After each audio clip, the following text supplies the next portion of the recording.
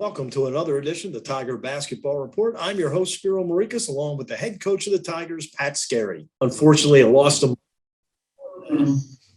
Saturday night, a game that was crazy because, you were down 17-0 before you could blink an eye, and you and I talked about it after the game. It wasn't like you weren't getting good looks. The ball just wasn't going in the basket.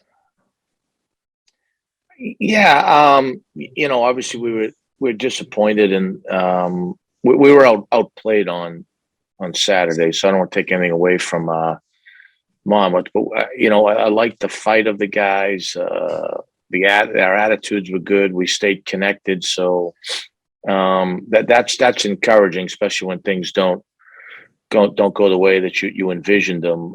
But after going back through the tape, it was obviously a bizarre game. We're down 24-1, and then, which is not the start that anyone envisioned or hoped for, and then we cut it to 2, and then we actually were, that's what really was disappointing. Our execution at the end of the half and start of the second half, and dug ourselves another big hole, and then come all the way back and get it to 3 with 3 minutes left. So, Spill, the one thing I'd say that we didn't do a good job of finishing shots in the red zone.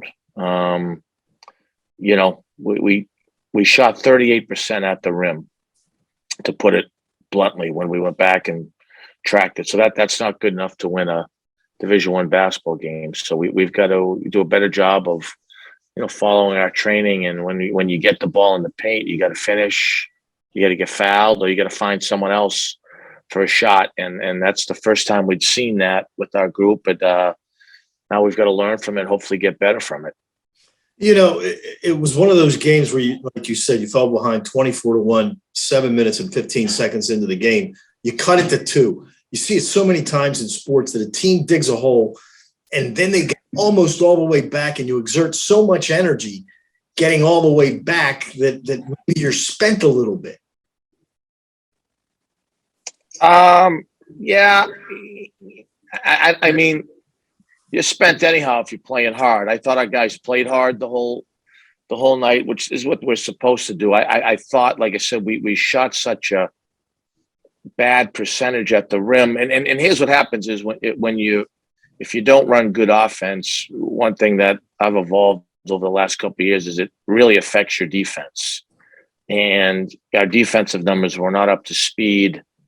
But I don't think there was some effort, because our numbers on the backboard, defensive rebounding percentage, offensive rebounding percentages, were normally what we shoot for. So that's usually an effort thing. I just felt like we were out of sorts as far as, we made some drives and some post moves that were out of character, how we shot them, how hurried we played, how rushed we played. And, that's not who we are, like Albany, we didn't shoot the ball well for the perimeter, but we ran really good offense. And the shots we missed, I thought, were like wide open shots. I thought the other night, when you miss shots at the rim, that really affects, it's like a live ball turnover.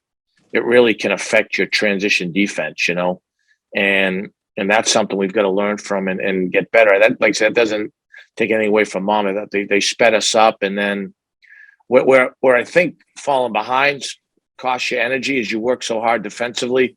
The kid Pappas, who's a very good player, he made 3 or 4 really hard shots late shot clock that, when we started to get them back on the ropes a little bit, they found a way to hang on. All right, well, week 1's in the books. Now we head on to week 2, and another busy week for the Tigers. Tuesday night against Hampton at CQ Arena, and Friday night up at the University of Pittsburgh against the Panthers in one of your old stomping grounds. Let's start with Hampton. They're 2-0, but they played 2 Division III schools. But they've got some transfers that have looked good early on. You've got George Dinkins, a transfer from Old Dominion, another Old Dominion transfer in Marcus Godwin, and then you've got Raymond Bethea, who had 19 points and 8 rebounds. He's a transfer from Howard, and from Nicholls State, Najee Garvin, 20 points, 11 rebounds in the last ball game. So Ed Joyner's been there a while. He's had a lot of success at Hampton. They're going to be well coached coming into Tuesday night's game.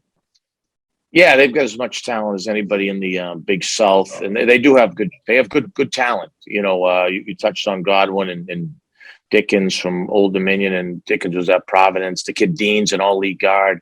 Haskett was a good player at Harvard. So they've got a lot of weapons. The kid Garvin from Nicholls State is a really gifted four-man. They absolutely will come in here looking the part and have some really good talent offensively and are an organized group. So, we scheduled aggressively for a reason. And they'll present us with the challenge, and that one will have to take care of the ball, and two will have to be able to run good offense against their switching and their athleticism.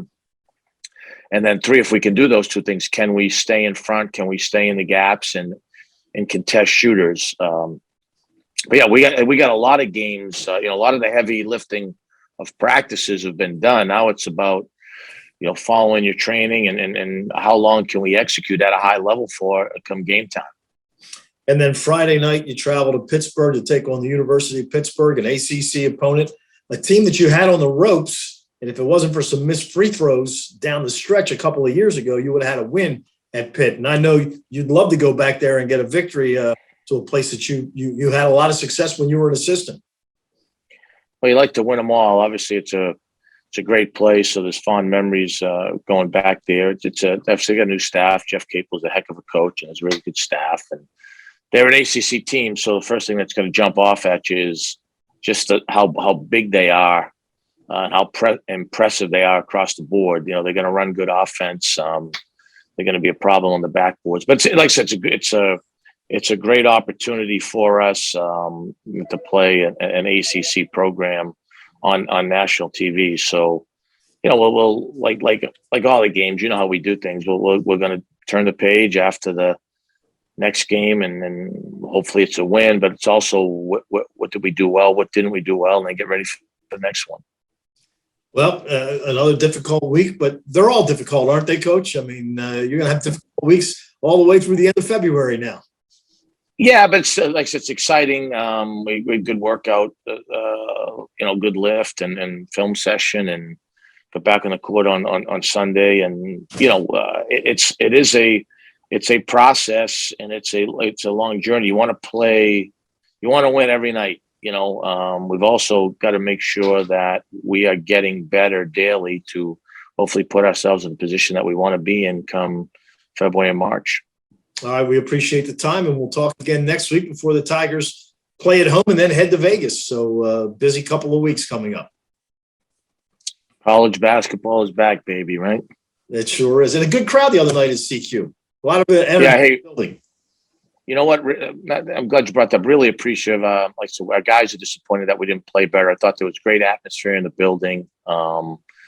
It was pretty good, exciting time around here. I mean, congrats to women's volleyball winning the regular season title. I know they get to host a tournament next week, and congrats to our women's basketball team. They had a great win the other day in a neutral court over, I believe it was Florida. So great win.